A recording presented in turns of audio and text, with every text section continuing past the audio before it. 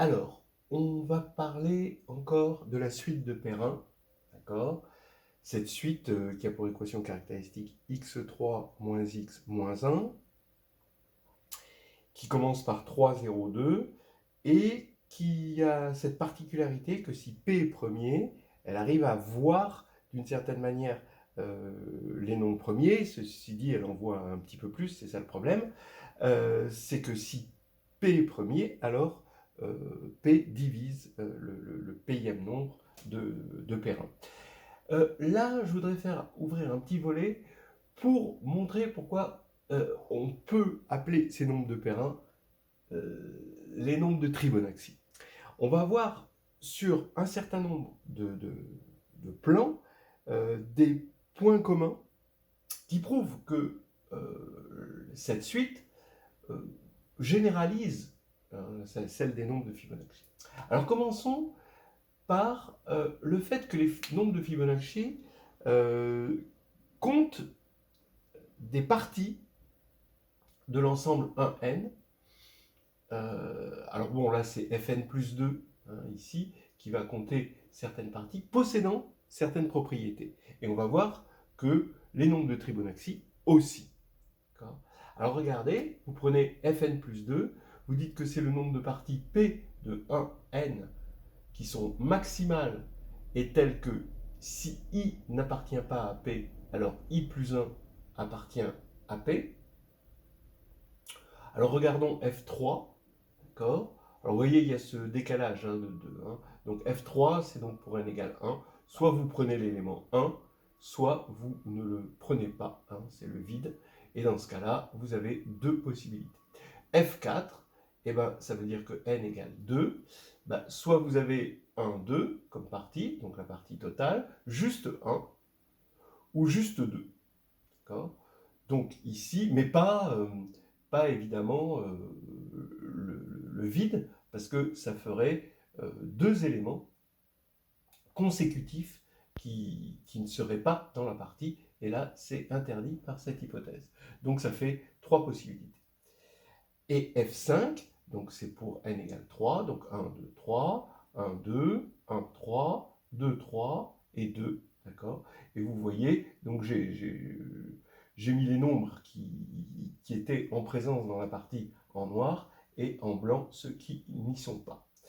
Voilà. Alors maintenant, qu'est-ce qu'on remarque? Effectivement, ce sont les nombres de Fibonacci. Vous reconnaissez la suite 2, 3, 5. Après, il y aura 8. Pourquoi est-ce qu'on a la récurrence fn plus 2 est égal à fn plus 1 plus fn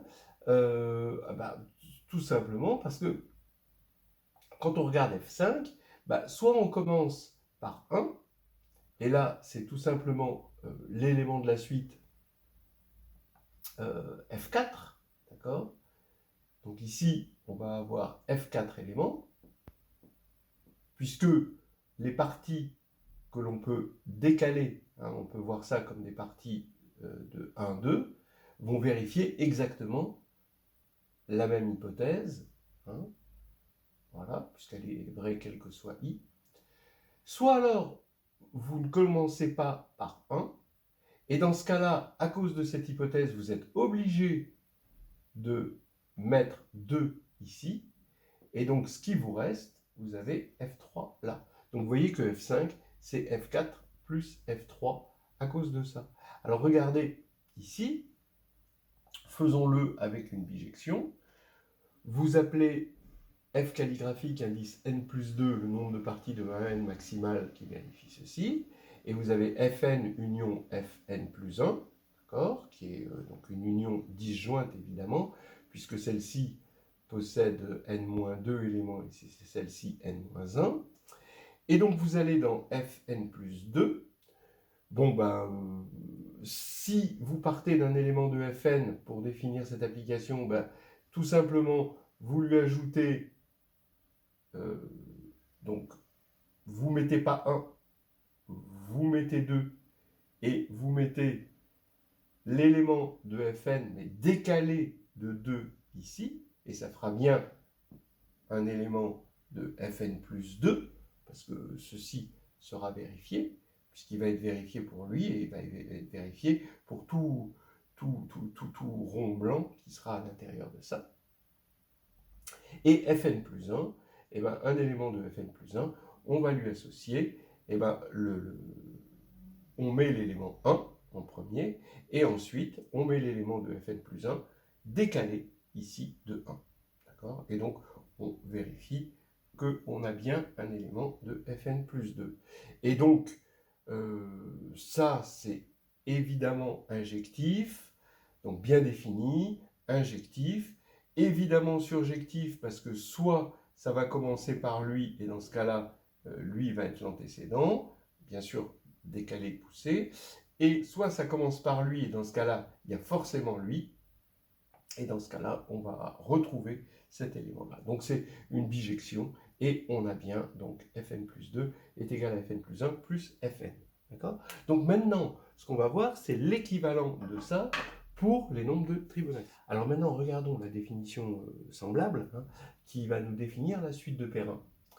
On va appeler Tn le nombre de parties maximales, donc P, bon, donc finalement je m'en suis pas servi, de sommets d'un n-gone tels que deux sommets consécutifs sont distants de 2 ou 3. D'accord ? On va tout de suite donner un exemple. Donc un n-gone, donc on regarde T3. Donc ici, on veut calculer T3 et on va montrer que T3 égale 3. Donc ce qui va correspondre dans la suite de Perrin.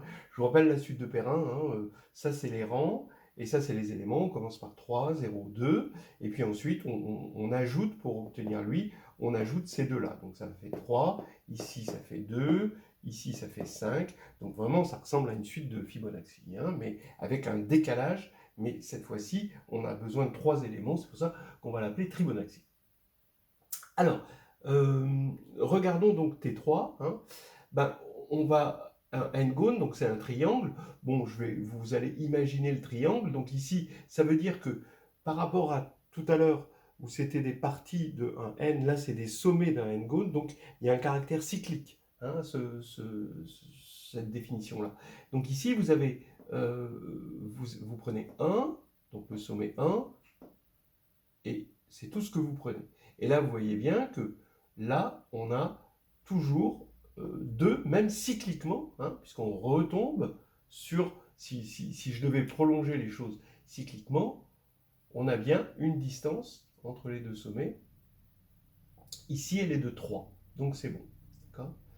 Là, on a... Alors, maintenant, j'aurais pas pu...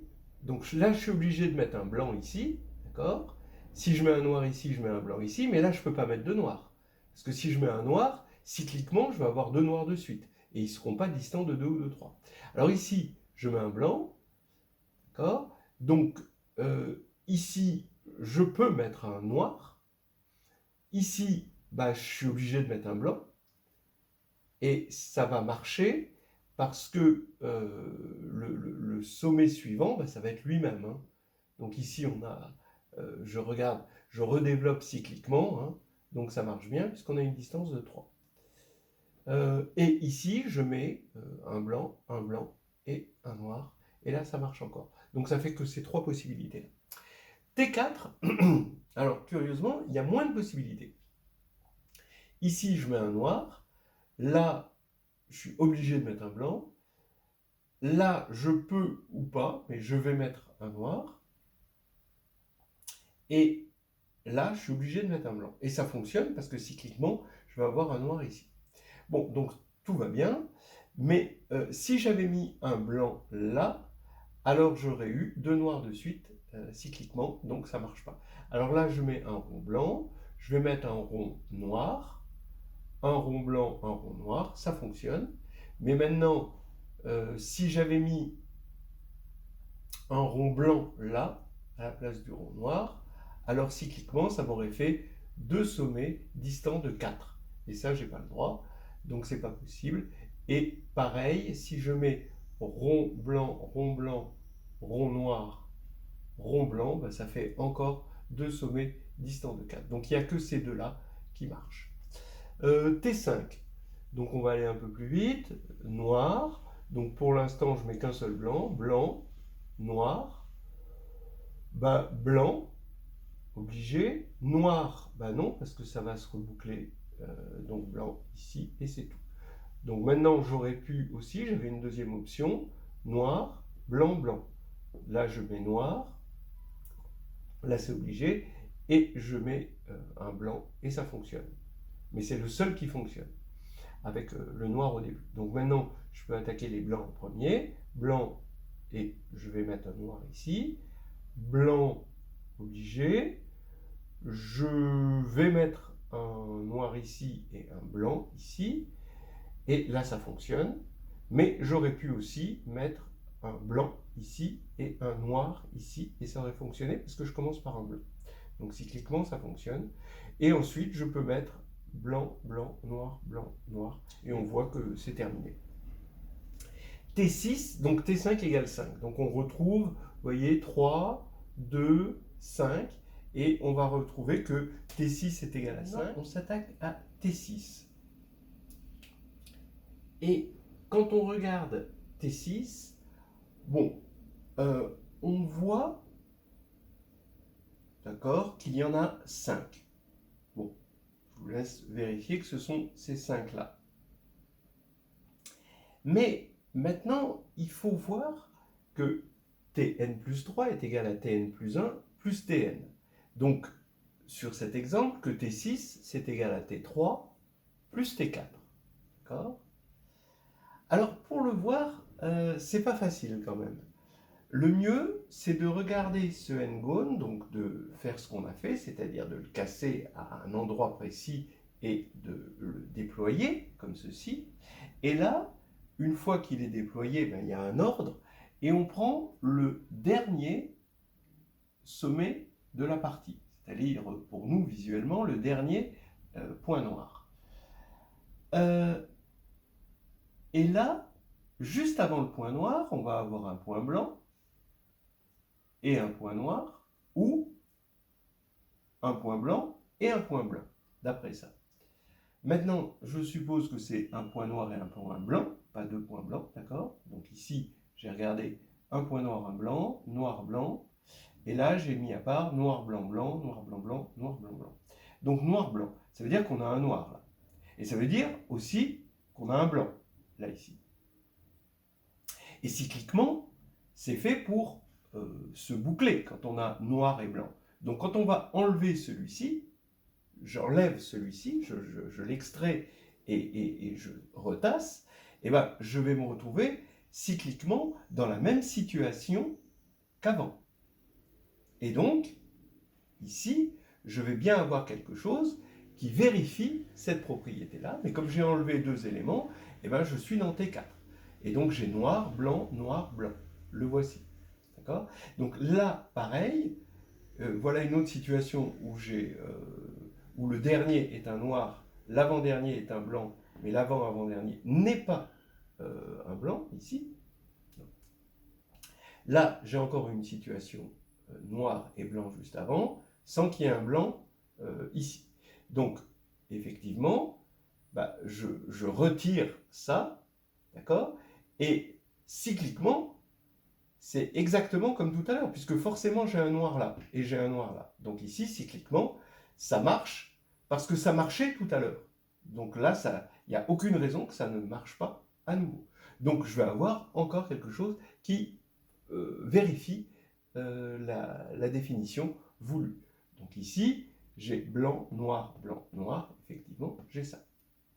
Maintenant, si c'est noir, blanc, blanc, alors là, ce que je vais faire, c'est que je vais en enlever 3, et si j'en enlève 3, je me retrouve dans T3. Mais il faut montrer qu'on a encore une partie maximale avec deux sommets consécutifs distants de 2 et 3. Ben oui, parce que j'ai noir, blanc ici, donc j'ai forcément un noir. Donc quand je vais enlever ceci, ben, je vais avoir ici une boule noire, de la même manière que j'avais une boule noire ici, et donc il n'y a aucune raison que ça ne marche pas. Pareil ici, d'accord, j'enlève ça, tac, et donc ça va bien marcher, je vais obtenir, donc là, je vais obtenir noir, blanc, donc c'est celui-ci, Là, j'enlève, ça fait blanc, noir, blanc, ici. Et là, j'enlève, ça fait blanc, blanc, noir, c'est celui-ci. Donc maintenant, qu'est-ce que j'ai fait? J'ai construit une application qui allait de T6, mais en fait de Tn plus 3, vers Tn union Tn plus 1. D'accord? Donc c'est l'application qui consiste à, si mon dernier possède une seule boule noire à sa gauche, donc je l'extrais et je le complète en un n plus 1 gone, soit alors le dernier c'est noir, blanc, blanc, et dans ce cas-là, je l'extrais et je construis comme ça un n gone. Et à chaque fois, ces n gone, n plus 1 gone vont vérifier la propriété. Voilà. Maintenant, je n'ai pas montré que c'était une bijection. Et il va falloir que je trouve une application réciproque. Alors, pour revenir, comment on revient? Eh bien, regardez, on va mettre, donc on prend T3 et on veut aller vers T6. Eh bien, on va rajouter 3 éléments. Donc forcément, c'est le noir, blanc, blanc, comme ceci. Je vais de droite à gauche. Et on va placer le noir, blanc, blanc juste après le dernier noir. Donc ici, vous prenez ce noir-là, vous mettez après finalement le blanc, blanc, noir, et là, vous retombez sur vos pattes. Et ici, pareil, vous allez le mettre ici, et là, vous allez le mettre là. Là, pareil, vous allez, étant donné que vous allez de T4 maintenant vers T6, vous allez placer votre blanc-noir ici, blanc-noir, après ça. Donc ça va faire noir, blanc, noir, blanc, noir, blanc. Exactement ce qui se passe ici. Ou alors, vous allez prendre lui et vous allez le placer ici. Donc je récapitule. De là vers là, c'est de l'extraction. Et il faut vérifier évidemment que c'est bien défini.